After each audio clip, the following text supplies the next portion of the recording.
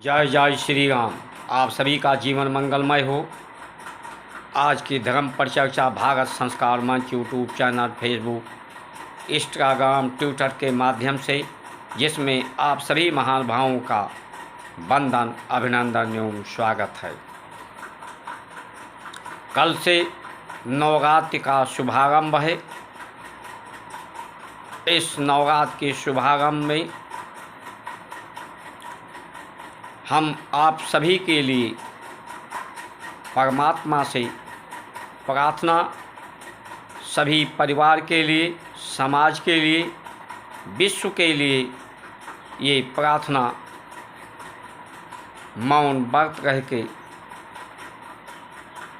हर एक प्रत्येक नवरात्रि में करते हैं।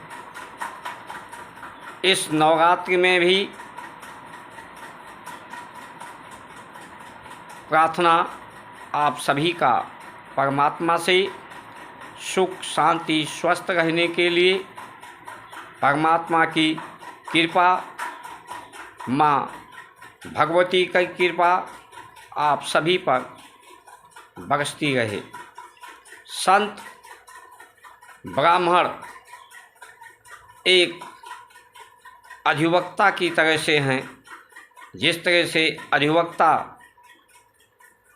संसार के न्यायालय जज में आपके बात को प्रस्तुत करता है, उसी तरह से संत ब्राह्मण परमात्मा के न्यायालय में आपके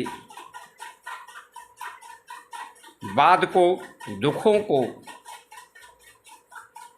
प्रार्थना करते हैं और परमात्मा से आपको आशीर्वाद प्राप्त करने की प्रार्थना करते हैं कि आपको परमात्मा का आशीर्वाद प्राप्त हो।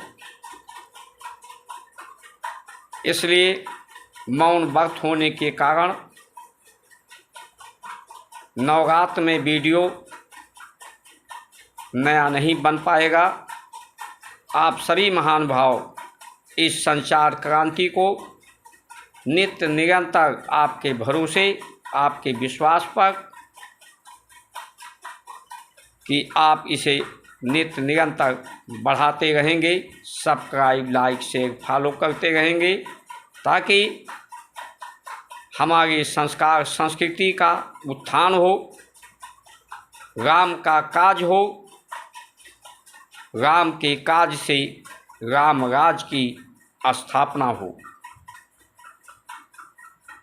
नवरात्रि जो होता है ये संध्या बेला होता है। दो ऋतुओं की जब संधि होती है तब ये नवरात्र होता है। जब संधि होती है तो एक नई शक्ति का, एक नई संरचना का प्रादुर्भाव होता है।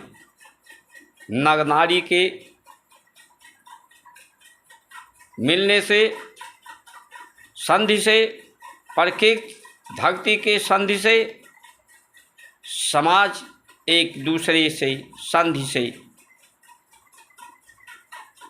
इसलिए ये नवरात्र जो होता है शरीर के कलमल, मन के कलमल, चित्त के कलमल, बुद्धि के कलमल को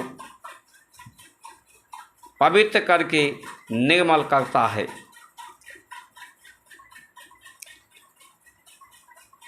इस शुभ अवसर पर माँ भगवती की असीम शक्ति की धाराएं प्रकृति में प्रवाहित होती हैं। अपने को आसन में बैठकर व्रत करके आहार को फलाहार लेकर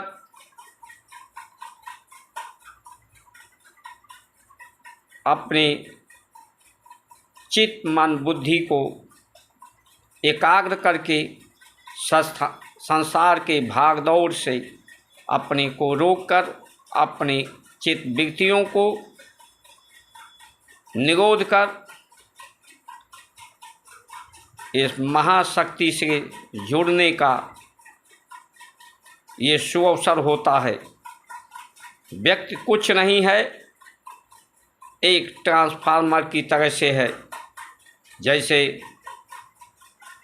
जहाँ से बिजली बनती है वहाँ उसमें ट्रांसफार्मर में के द्वारा वितरित होती है सब जगह, उसी तरह से ये नवरात्र में उस महाशक्ति जो प्रकृति में विद्यमान होता है उसे व्यक्ति धारण करके उनके अनुसार दिनचर्या करके उसे समाज में, परिवार में उस शक्ति का, उन तरंगों का वितरण होता है। संधि का बेला वर्ष में 365 दिन में 4 होते हैं। एक बरसात कुआर के महीने में आश्विन जिसे कहते हैं, और एक नवरात्र अभी का है।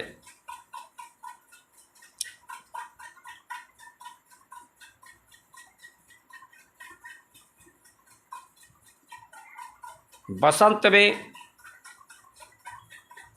और हेम ऋतु में भी उसी तरह से प्रतिदिन भी 3 संधि हैं, संधि काल हैं। एक ब्रह्म मुहूर्त में रात समाप्त होती है दिन के शुरुआत के बीच। दोपहर को जब सूर्य अपने चरम पर पहुंचकर, शीर्ष पर पहुंचकर नीचे की तरफ होता है, दोपहर के समय। एक शाम को जब सूर्य अस्त और रात शुरू होने के मध्य में, ये धर्म की धुरी है, इसीलिए इसे गौधुर बेला कहते हैं। गौ यानी इंद्रियां, इनमें इंद्रियों को केंद्रित करने का सुअवसर होता है। ज्ञान की शक्ति को धारण करने का सुअवसर होता है। ये सहजता से, सरलता से व्यक्ति के अंदर धारण हो जाती है। अन्यथा ये शरीर अल्प आयु वाला है, इंद्रियां अल्प शक्ति हैं, इनकी सामर्थ्य अल्प है, इनकी क्षमताएं अल्प हैं। इसीलिए हमारे ऋषियों ने ये अनुसंधान करके सूत्र और सिद्धांत दिए हैं, दृष्टांत दिए हैं, जिससे हर व्यक्ति इस सुअवसर का लाभ ले सके।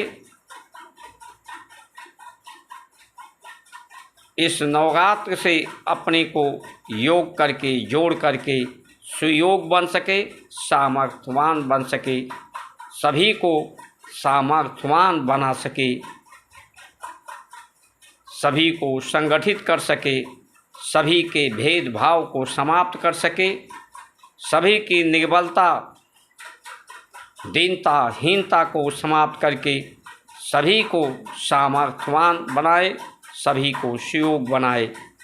यही हमारी भारत की संस्कार, संस्कृति, परंपराएं हैं, जिनका महत्व हीन होती जा रही हैं। लोग उपभोक्ता बनते जा रहे हैं, इंद्रियों के भोग में गुलाम होते जा रहे हैं। लोगों का जीवन कलंकित होता जा रहा है। बेरोजगारी, भ्रष्टाचार, बीमारी, प्रकृति में प्रदूषण फैल रहा है, जिससे पूरी सृष्टि के लिए के अस्तित्व को मिटने का, समाप्त होने का की दिशा में लोग बढ़ रहे हैं। इसे संचार क्रांति के माध्यम से रोकना होगा। सभी के सुख शांति के लिए उपभोक्ता न बने, नियोक्ता बने, अपने को नियुक्त करें, शरीर को संसार की सेवा के लिए,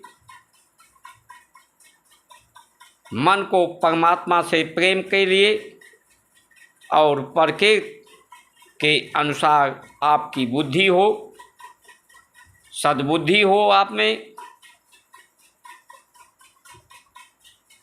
प्रकृति को सुंदर करें, सुगंधित करें।